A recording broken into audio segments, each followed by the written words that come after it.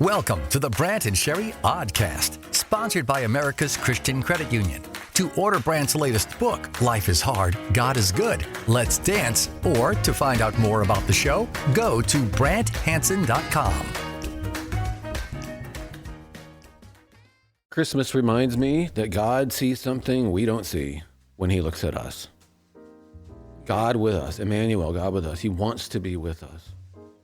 If I was in outer space just looking at us, no. Yeah. I don't have to. I don't want to.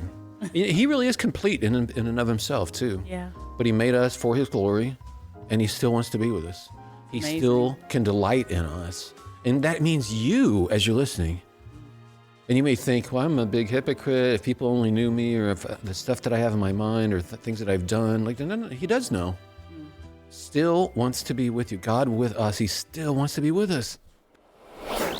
Oh, look, we have breaking animal news, and it's about cats. Oh, okay. And it's really instructive, frankly. It says that they adjust their meows based on their caregiver. If it's a man, they meow more and louder. Okay. And they'll meow less if it's a woman. Sure. And it's because, like you're probably thinking, they know. I was not going to add any commentary. It's fine. Okay, I don't think it's a negative. All right. It's just acknowledging reality. We don't pick up on things as quickly. We can't read minds. That's another way to put it. But it's like we don't pick up on cues that women are able to pick up on. Sure. So nobody's at fault. Right. But like cats have like, okay, this guy is not going to get it. Okay. Unless I'm like, I jump up here. That sounds a little negative, Brant. Yeah, well, no. I appreciate it as a guy. You do? You do? Okay. You are going to have to jump up there and meow in my face. And then I'll take care of you. Oh, yeah, dinner time. Well, here's a fun question you could kick around with people. What's something that people generally don't ask for? They don't want it. Mm-hmm.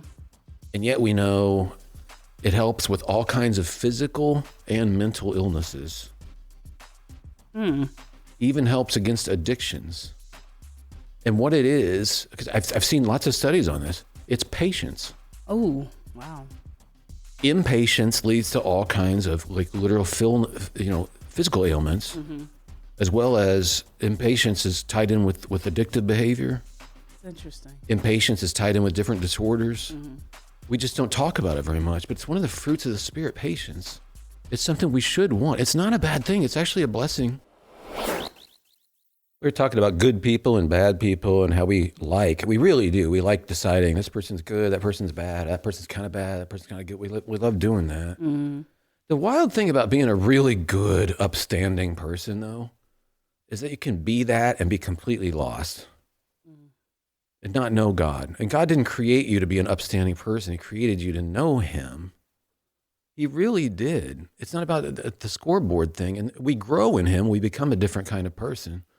But Jesus told a story about two sons, and one was very obviously lost, and the other wasn't obviously lost, but he was just as lost, maybe more, because he didn't know it, but he was the good son. At no point in that story is there any recounting of anything bad he did. Yeah. But he was alienated from his dad. Like that is very instructive. We can use being a good person sometimes to avoid God. Hey, this is Brant. And have you ever thought about what banks are doing with your money? Honestly, I hadn't thought much about it until somebody pointed it out. Your money's not just sitting there. They use it to do stuff they want to do, whatever it is they want to do. And this is why I'm actually excited to put my money to work at something called America's Christian Credit Union. You can get all the conveniences of your bank, like loans, saving, checking, debit cards, all that. But America's Christian Credit Union is a nonprofit that puts our money to use for good stuff. Stuff I like. You might say, what kind of stuff? I'll tell you, they helped fund more than 2,000 adoptions so far. They work with more than 1,200 ministries. They help churches and schools with loans. They support centers for women in crisis. I like that, and I think you will too. Been really happy with them. So talk to them. Even if you need a car loan or something, they're great to work with, and they do all this stuff.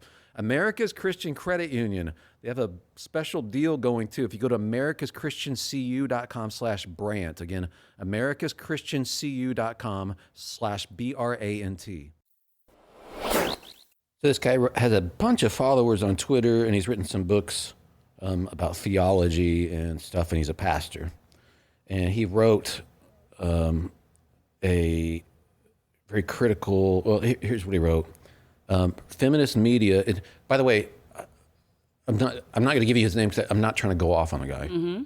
But there's something instructive in the response to him that I thought was really cool. Okay. He said, feminist media is big mad about me saying that women shouldn't wear underwear, What? parenthetically, leggings and sports bras as outerwear. Okay. As Pearl says, I don't know who Pearl is, it's amazing how hard women will fight to be naked, end quote. Immodest ladies, read 1 Timothy 2:9, repent and follow Christ. He's got like 130,000 followers, and he's Mr. Theology. Sure. I don't say it to make fun of him. I'm just like, he's written books about theology. Yeah. The response from him to him, one of them I thought that was most interesting, is from a guy that is honestly very, in my opinion, very elitist and likes to put people down, and is a fashion writer for, I believe, the New York Times. Okay. And yeah, bylines at New York Times, Financial Times, but he's a menswear writer, and he's got many Twitter followers. He's not a believer that I know of at all. He tends to make fun of Christian stuff. But he wrote what I thought was one of the most impressive Twitter responses to this guy. And it made me think too about how we judge people, including women, for how they dress. And he said, a friend of mine his name's Derek Guy, by the way. A friend of mine who teaches theology shared with me a post about C.S. Lewis's Mere Christianity, which discusses foundational Christian logic across denominations. It reminded me of this guy's tweet below, and I wanted to share some thoughts here regarding modesty and respectability, which often become hot topics on Twitter. Let's first visit the excerpts. They're adapted from a series of BBC radio talks he delivered during the last few years of the Second World War. C.S. Lewis's Mere Christianity touches on some big topics like the meaning of the universe, Christian beliefs, and what's considered proper Christian behavior. Regarding behavior, there's a chapter on sexual morality that begins with one of the least popular Christian virtues, modesty. And then he says what Lewis had to say. He said, Lewis points out something interesting here. Modesty has to be understood within the matter of context. A woman in the Pacific Islands, according to Lewis, can be modest while wearing barely any clothes, while a Victorian woman will have different standards for the same idea. In my original reply to this guy, I noted he's got a photo of himself, and he's wearing a T-shirt. Yeah. That he was wearing a thin jersey T-shirt, which revealed things on his body, which he said not long ago. He said, in the 19th century, a proper gentleman would have worn a coat and waistcoat.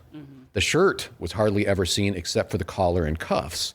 In the 20th century, the waistcoat was eventually dropped, but the button-up shirt remained. It wasn't until the 40s and 50s that it became increasingly common to see men wearing T-shirts in public. The style ascended partly because it was sexually suggestive. Think of Marlon Brando in The Wild One. Right. Now, before that, he notes this. If you wore a T-shirt and you exposed your T-shirt, it was a signal to other guys that you were not into traditional morality. Yes. Let me put it that way. I got it. Yeah. So if this guy who made this tweet condemning women in a different context would be coded as alternative lifestyle. Signifying something else. Yes. Yes. Of course, Derek Guy continues, no one thinks T-shirts are underwear anymore, and it's no longer considered improper to wear one in public, but the same is now true of leggings. Most people would be shocked if a woman appeared in public in her actual underwear, by today's definition. Unless they were being performative, no one would act that way when they see a woman dressed like that. Well, he has a photo here, but and it looks normal for today. Thus modesty has to be contextual. And then he goes on to list another passage from Lewis, and he quotes, a real desire to believe all the good you can of others and to make others as comfortable as you can will solve most of the problems. So this is a non-believer quoting Lewis going, the real issue is think good of others. And then he quotes Cardinal John Henry Newman's book, Definition of a Gentleman. And it's great. You can read that yourself. You can look it up. But Newman talks about what a gentleman is and how he thinks better of other people. And Guy finishes his thing with, on Twitter, there are often debates about how to dress respectably and the importance of doing so. These discussions often get uncomfortable because they touch on class and race. On matters of respectable dress, it's helpful to separate two distinct acts. The first is how you decide to dress, The second is how you judge others by their dress. It's true, the world judges us based on appearance. And if you wish to show respect in certain contexts, such as attending a wedding or funeral, it's worth considering what your attire is communicating. This is why I think people should shop for a suit well in advance of when they need one. You don't want to be the guy wearing a weird outfit during those important occasions, as they can send the wrong message, e.g., I don't care about you. But then there's the second decision, how you judge others based on their dress. If being gentlemanly means anything at all, it should mean what Newman outlines above, or what Lewis writes, quote, a real desire to believe all the good you can of others and to make others as comfortable as you can will solve most of the problems. There are two acts here, how you dress and how you treat others. He said, he concludes with, on issues such as respectability and morality, I think you should judge people by their deeper, more important actions. It doesn't mean how they dress, but rather how they treat others on a more meaningful level. Anyway, I'll probably reference C.S. Lewis's book in the future. Wow. Like, yeah. So, right, how I dress, it matters. I think it matters. I know you think so too. Like, I do. It's respect. Yes. But if I'm going to go through the airport and just condemn everybody because they're not showing respect, in my opinion, well, let them think the best for them, okay? And then, I have not been good at that, but... Well, but yeah, but it's true. It's right. They didn't have your mom. That's right. That's exactly right. Yeah, so, and I think now, I've had to have it pointed out to me. I read something that said, we even talked about it on the podcast, like, you go to the airport, the people outside, what did you call it? Not stevedores, Stevedores. don't worry, that's my antiquated. My goodness. I know. It sounds like it came from a long Stuff time out ago. of, I'm in the steampunk era. What do you call them? They're the people out front getting the... Like I don't know. They don't even do it anymore. Yeah. But they're dressed nicely. Yes. Yeah. Or the people at the gate. Yes. Like, they usually have a suit and tie. The guys have a suit and tie. True. And the women are dressed nicely. Yes. That's true. Well, okay, so for them, I'd like to show I appreciate the job that you're doing. Yeah. Which can be thankless, dealing with us. Yes. So, but that's me. Yes. That's me. I don't have to look at everybody and condemn everybody else for how they're dressed. And the guy makes a great point about context. Like, and here's the last thing I want to say about this. I actually wrote about this in The Men We Need and The Young Men We Need. Yeah. Like, whose fault is it if you lust after a woman? Oh, she's not wearing much. Oh, so maybe it's partially her fault, partially your fault, or it's all her fault, or like how do you split? The answer is it's all your fault. It's not a guilt trip, but it's actually emancipating to say you have control over your thought life. Noticing someone is attractive or noticing someone's sexually attractive, that's not a sin. Right. It's not a sin. It's the harboring of it, keeping it in my head. That's up to me, and no one's forcing me to do that. I don't care what they're wearing. Yeah. No one's forcing me. And it's actually debilitating and diminishing for men to tell other men, like, yeah, that's partially her fault. Like, that guy, by saying that, by blaming women, it's just, that's so weak character-wise. Like, you have no control. That's not okay. So I make that point. It's wild that the guy who's normally not a believer is fleshing out Lewis and I was going to say, and Newman. using words from believers. Yeah, to go, well, if you want to look at it from a Christian context, Yeah. like, yeah, that is the Christian. Yes, thank you. Yeah. And he wasn't really, it didn't sound like he was being demeaning. It No. sounded like he really actually No. appreciated what Lewis I and thought the others tone said. was great. I mean, Yeah. I think that tone is something we can emulate. Where it's Yeah. like you're making a point, not just slamming, but making a point. Yeah. And I don't think this guy has responded. But As women, it's debilitating too. well, of course it is. You're like, not this, but yes, that. Okay, yes, that, but not that. Okay, Right. yeah. You know what I mean? Oh, not that. Okay, not that now. Right. Oh, yeah, this is not. Okay. And, And yeah. it's not even men who are the most judgmental. No, it is not. It's not. Just constantly being Yeah. judged. Well, so start a new thing in your own life, or that's not how you roll. Yeah. You're just constantly patient with people, constantly understanding. You may not get it. You wouldn't dress that way. Okay. But he's right. There's a lot of context going on. And for us men, this business where it's her fault, that's weak. It is really, really weak. So nice job to this fashion writer guy.